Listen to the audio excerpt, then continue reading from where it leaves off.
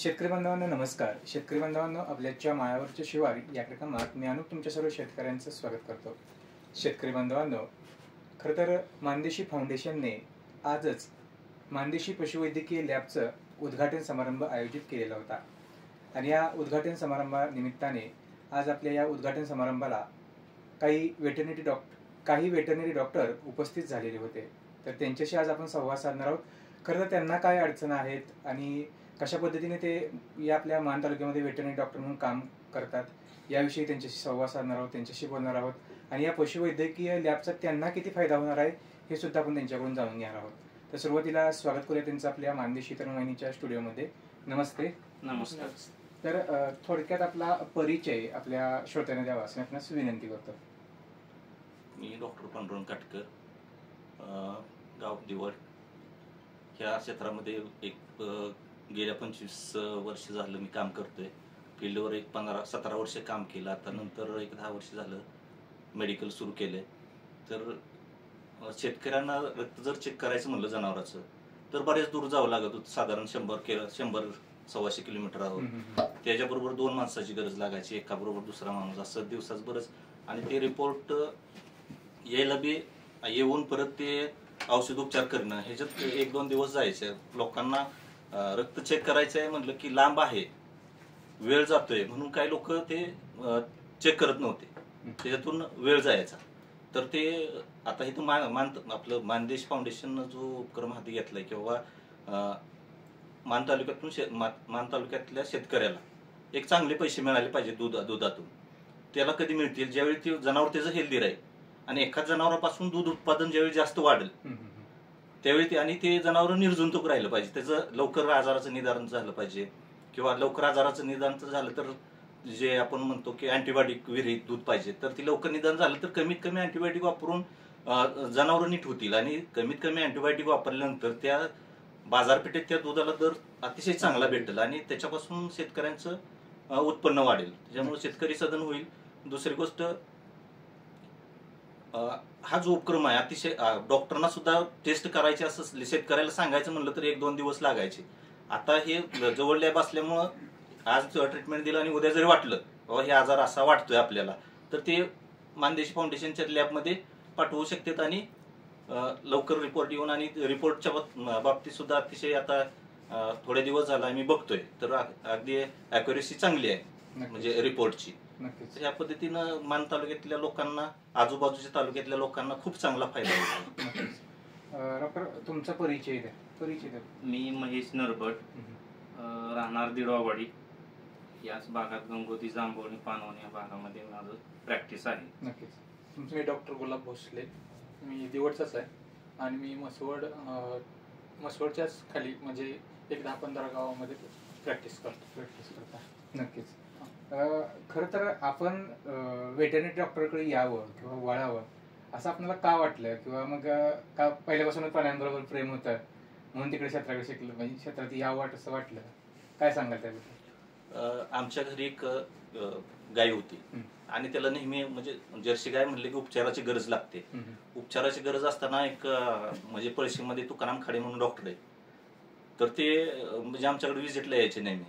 तर आमचं बंधुराज म्हणले की बाबा तुम्ही जनावरचा डॉक्टर झाल्यास म्हणजे लोकांना म्हणजे त्या सुरुवातीच्या काळात जनावरचा डॉक्टर हा म्हणजे संख्या फार कमी होती, तर ती रिक्वायरमेंट आजूबाजूच्या गावाची सुद्धा म्हणजे भरून निघेल आणि आपली सुद्धा जनावर आजूबाजूची किंवा लोकांना सेवा देता येईल त्या दृष्टीनं तुम्ही आला. तुम्ही काय सांगाल? माझं तसं थोडंसं एक्सटर्नलीच मी या क्षेत्रामध्ये आलो, कारण आमच्या वडिलांची तर इच्छा होती पुढे जाऊन भरपूर शिकावं, पण अचानक वडिलांचाच ऍक्सिडेंट झाला आणि त्यामुळे घराच्या परिस्थितीनुसार मी या क्षेत्रामध्ये पळलो गेलो. आपलं डॉक्टर काय म्हणा? खरं ह्यामध्ये यायचं म्हणजे आपण आमच्याकडे पहिल्यापासूनच जर्सी होत्या आणि त्यावेळेला आमच्याकडे डॉक्टर येत होते, काटकर डॉक्टर. कारण ते येत होते, त्यांच्याकडे बघूनच आम्ही सरासरी म्हणजे डॉक्टरकडे जावं असं वाटलं. नक्कीच. खरं तर वेटरनरीचं काम करत असताना तुम्हाला फील्डवरती काय असे वेगळे अनुभव येत होते त्याबद्दल काय सांगाल? म्हणजे ज्यावेळेस तुम्ही जनावरांना लसी देत असाला किंवा AI करत असाला तर त्यावेळेस काय त्याचं काय अडचणी येत होत्या का? कसं काम तुमचं सुरुवातीला चालत होतं त्याबद्दल काय सांगाल? आता सुरुवातीच्या काळात अडचणी तशा आम्हाला जास्त नाही जाणवल्या, पण आता काटकर डॉक्टर, भोसले डॉक्टर यांच्या काळात सुरुवातीला मोबाईल किंवा असं काय सिस्टीम नव्हती त्यावेळेस तरी काहीतरी चिठ्ठी वगैरे टाकून त्या स्टँड मध्ये चिठ्ठी टाकून तिथून परत ती चिठ्ठी बघायची कुणाची आणि मग तिथून ते कॉल करत होते. तसं आमच्या काळामध्ये तसं आम्हाला कुठलाही त्रास झालेला नाही. आणि तशा फील्डवर कधी कधी ऊन आहे, वारा आहे, पाऊस आहे, अशा परिस्थितीमध्ये सुद्धा आम्ही जिथं जनावर असेल तिथं जाऊन आम्ही सध्या सेवा देतोय. आम्ही ज्यावेळी कामाला सुरुवात केली त्यावेळी मोबाईलची सुविधा नव्हती. मोबाईलची नाही, लँडलाईन सुद्धा फार क्वचित प्रसंग गावात 1-2 ठिकाणी असायचे. त्यावेळी मी ज्यावेळी सुरुवात केली ते डेअरी सेंटर असायचे गावात. डेअरी सेंटरवर जायचं, तिथं थांबायचं आणि ते आजूबाजूच्या गावातले किंवा गावातल्या लोकांनी त्या एक आपलं काय म्हणतात ते पोस्टमन सारखं एक हे बनवून घेतलेलं आणि त्याच्यात चिठ्ठी टाकायची, पेटी बनवून घेतलेली त्याच्यात चिठ्ठी टाकायची आणि ते नाव वाचून त्या लोकांच्या घरी जायचं. साधारणपणे किती दिवस लागायचे त्याच्यामध्ये? समजा एखादा नाही असं 1-2-3 गाव होती की सुरुवातीला फार कमी, म्हणजे जनावरांची आणि जर्सी गाय वगैरे यांचं प्रमाण कमीच होतं. पण त्यावेळेस आजार तेवढे होते का? किंवा आजारच प्रमाण फार कमी होतं. अगदी सर्वसामान्य इंजेक्शन नेहमी लागणारी 4-5 इंजेक्शन टोचली की ते जनावर दुरुस्त व्हायचं. अलीकडच्या काळात अगदी अत्याधुनिक औषधं किंवा आणखी अँटीबायोटिक असतील किंवा आणखी भरपूर काही औषध उपचार आहेत, त्याला सुद्धा प्रतिसाद मिळत नाही. त्याच्यामुळे हे जे लॅबची व्यवस्था झाली आहे ते अतिशय गरजेचे आहे, म्हणजे निदान व्हायला निश्चितपणे फायदा होईल. त्यावेळेस कधी असं झालं का की तुम्हाला एखाद्या म्हणजे त्यावेळेस तुम्हाला चेक करायचं आहे एखाद्या जनावरांचं रक्त, असं मग त्यावेळेस कुठे तुम्ही करत होता? चेक करायची व्यवस्था असं जरी वाटलं तरी पण ते एक लोणंदला आपलं सूर्यन साहेबांची लॅब आहे, तिथं पाठवायला लागायचं. मग त्याचा रिपोर्ट आल्यानंतर मग तुमची ट्रीटमेंट, मग त्यामध्ये उशीर होत होता का काही जण? वेळ लागतोच की, किंवा शेतकऱ्यांना आज सांगितलं तर त्याच्यावर काहीतरी काम असतं त्याच्यामुळे ते दुसऱ्या दिवशी जातो. दुसऱ्या दिवशी गेल्यानंतर ते रिपोर्ट यायला 1 दिवस जातो आणि तिसऱ्या दिवशी उपचार, असं म्हणजे थोडंसं लेट व्हायचं. नक्की. तुम्ही काय सांगाल डॉक्टर? इथं मसवडमध्ये लॅब चालू झाल्यामुळं की जनावरांना ताबडतोब उपचार करायला, म्हणजे उपचार व्हायला लागला. की सकाळी आणलं, सॅम्पल दिलं की दुपारपर्यंत त्याचा रिपोर्ट येतोय आणि त्याच दिवशी उपचार होऊन जातोय. मग ह्याच्या अगोदर काय व्हायचं, आज सॅम्पल द्यायचं, कधी कधी माणूस तो चालढकल करायचा, त्यामुळे जनावर आधी म्हणजे अशक्त व्हायचं. तर ते आता तसं होणार नाही, लवकरात लवकर त्याच्यावरती उपचार होऊन ते जनावर लवकर नीट होईल. नक्कीच. खरं तर जसं तुम्ही सांगता की पूर्वीचा काळ तुम्ही ज्यावेळेस करत की आता पत्र म्हणजे चिठ्ठ्या टाकायचे किंवा ह्या गोष्टी करायच्या, त्या काळी जनावर आजारी पडत नव्हते जसं म्हटला. आणि आत्ताच्या काळामध्ये भरपूर आता लंपीसारखे रोग येतात किंवा आणखीन लाळीचा रोग येतो. तर मग हे कशामुळं येतं किंवा त्याच्याबद्दल काय सांगा? आता जे हे आजार आहेत ते बऱ्यापैकी व्हायरलच आहे. लंपी हा आजार व्हायरलच आहे, लाळ हा आजार व्हायरलच आहे. त्यामुळे कारण काय, म्हणजे पूर्वीच्या काळी एवढे नाही, सुरुवातीच्या काळात जनावरांची इम्युनिटी होती ती चांगली होती, रोगप्रतिकारक शक्ती चांगली होती, त्याच्यामुळे जरा आजाराचं प्रमाण कमी होतं आणि पॉप्युलेशन सुद्धा वाढलंय आता. त्याच्यामुळे केमिकल गोष्टी आहेत, औषध फवारणी किंवा समजा थोडस जे जनावरांना आपण खाद्य देतो त्यामधनं सुद्धा थोडस याचा इफेक्ट आहे. जे आपण वापरतो ना पिकावर, तणनाशक म्हणा किंवा थोडस आपण फवारणी वगैरे करतो, आळी कीटकनाशक वगैरे, याच्यापासून पण जनावराला थोडासा प्रॉब्लेम हा वाढलेला आहे. जनावरच वीक झाले, त्यामुळे कोणतंही काही डास, माशा, मच्छर असं काही चावलं की त्यांना त्याच्यावरती लगेच हे होते, म्हणजे आजार होते. एवढी तंदुरुस्त जनावर आता नाही राहिले. सुरुवातीच्या काळात कसं होतं, मका पेरली की ते जनावराला डायरेक्ट खायला पाणी देणे आणि कापून आणून खायला घालणे. आता ती 15 दिवस झाली की त्याला म्हणजे बऱ्यापैकी मोठी होईपर्यंत त्याला फवारणी करावं लागते 2-4. त्याचाही परिणाम होतो.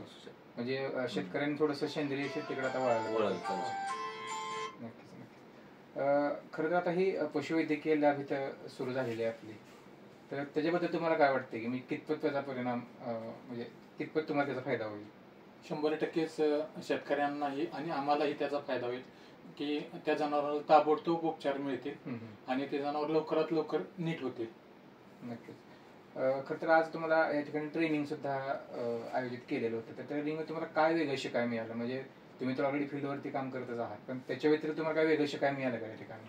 ट्रेनिंग मध्ये ज्या काही गोष्टी आम्हाला माहीतच नव्हत्या आजपर्यंत, त्या गोष्टी आज ट्रेनिंग मध्ये आम्हाला समजल्या किंवा HEP म्हणा किंवा थोडं PCV TLC ह्या जी काय टेस्ट कशा म्हणजे काय वाढल्यानंतर काय होतं काय नाही, या भरपूर गोष्टी आज म्हणजे आम्हाला आमच्या नॉलेजमध्ये पण भरपूर त्याचा फायदा झालेला आहे. आणि दुसरी गोष्ट सांगायचं म्हणजे कधी कधी जनावर आज 1-2 दिवस आजारी पडायचं आणि आम्ही आज जाऊन ट्रीटमेंट करणार, उद्या जाऊन ट्रीटमेंट करणार आणि परवा आम्हाला ते नाही नीट होईना का राहून राहून वाटायचं घ्यायला त्याला काय करावं.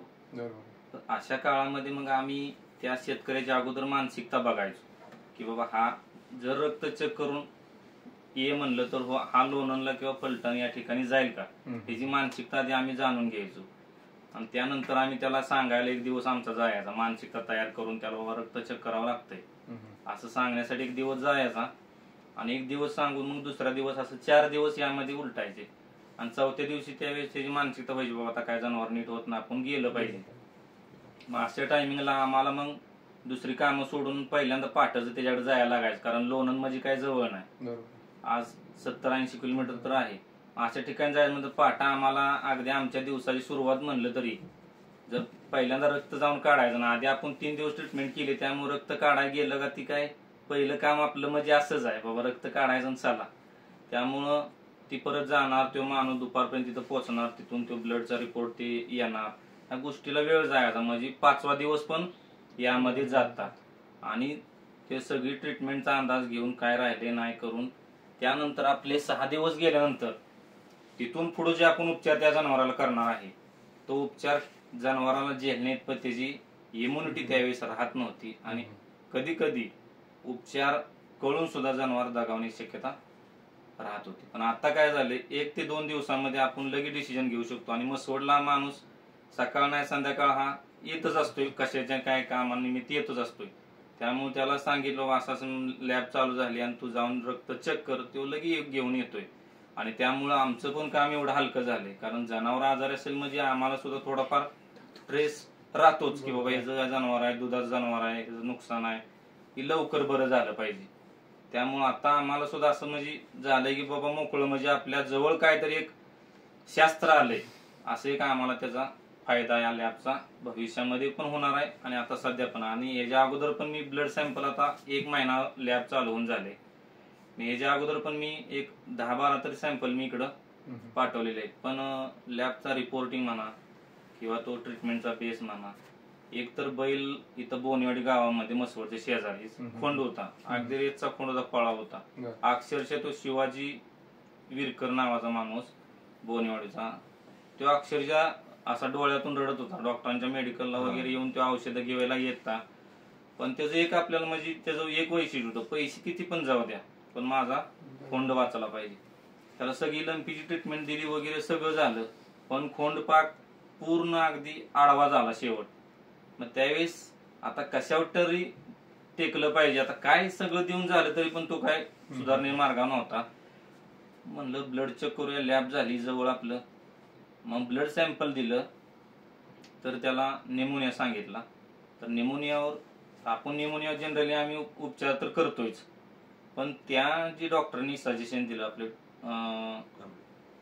कांबळे डॉक्टर सरांनी, तर ते सजेशन एवढं मला म्हणजे हे झालं की त्यांनी सांगितलं की एक्सिड इंजेक्शन वापरा. म्हणजे कारण आम्ही सेफ्ट्यूपोर सोडियम वगैरे असे सारखे ड्रग्ज वापरायचो, त्यामुळे कधी कधी तो निमोनिया तिथून कव्हर होत नाही. एक्सिड दिलं एकदा की आपलं 3 दिवस काय बघायची अँटीबॉडी गरज नाही. त्यामुळं तो खोंड अक्षरशः मरणाच्या दाढेतून अगदी शेवटच्या स्टेजला गेलेला खोंड आम्ही वडून परत आणला. आज तो खोंड एकदम क्लिअर आहे आणि एकदम सुस्थितीत सगळं व्यवस्थित उठतोय, बसतोय, खातोय, सगळं क्लिअर आहे. आज ते खोंड वाचणं आणि त्याच्यापासून आपल्याला किती मिळणं किंवा त्या ह्याला किती मिळणं ह्याचं समाधान नाही, पण ती जी शिवाजी विरकर यांच्या जी चेहऱ्यावरचं समाधान आज बघायला मिळतंय त्या समाधानाचा खूप आनंद होतोय. आणि ह्या लॅबचा भरपूर असा म्हणजे फायदा भविष्यात पण होणार आहे. आणि आतापर्यंत मी जी रिपोर्ट इकडे दिले होते त्या प्रत्येकाचा म्हणजे आम्हाला एकदम चांगलाच रिस्पॉन्स त्या रिपोर्टचा आलेला आहे. नक्कीच.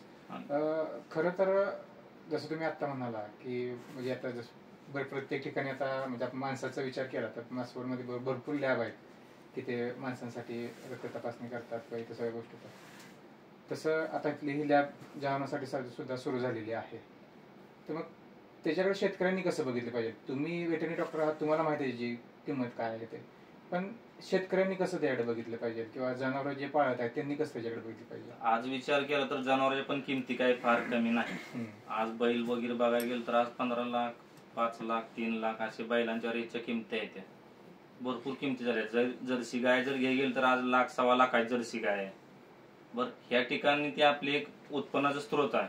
त्यामुळे त्याकडे बघताना आपण जसं आपल्या घरामध्ये लहान मूल जर 1-2 दिवस जर आजारी पडलं, 3रा दिवस जर वळणलं तर आपण लगेच डॉक्टरने काय म्हणतो, ब्लड चेक करा किंवा काय करायला लागतंय का, ह्या गोष्टी आपण माणसाच्या डॉक्टरला म्हणतोय. तसंच आपण जर जनावराच्या डॉक्टरला तुम्ही जर हे केलं बाबा, जर शेतकऱ्याने आम्हाला रिस्पॉन्स दिला बाबा याला ही नाही तर बाबा ही रक्त चेक करूया का किंवा काय आणि करायला लागतंय का, असं जर थोडा आम्हाला त्यांनी किंवा आम्ही त्यासनी सजेशन दिलं तर अजून लवकर उपचार त्याच्यावर चांगला होईल आणि त्यातून शेतकऱ्याचा नक्कीच फायदा होईल. नक्कीच.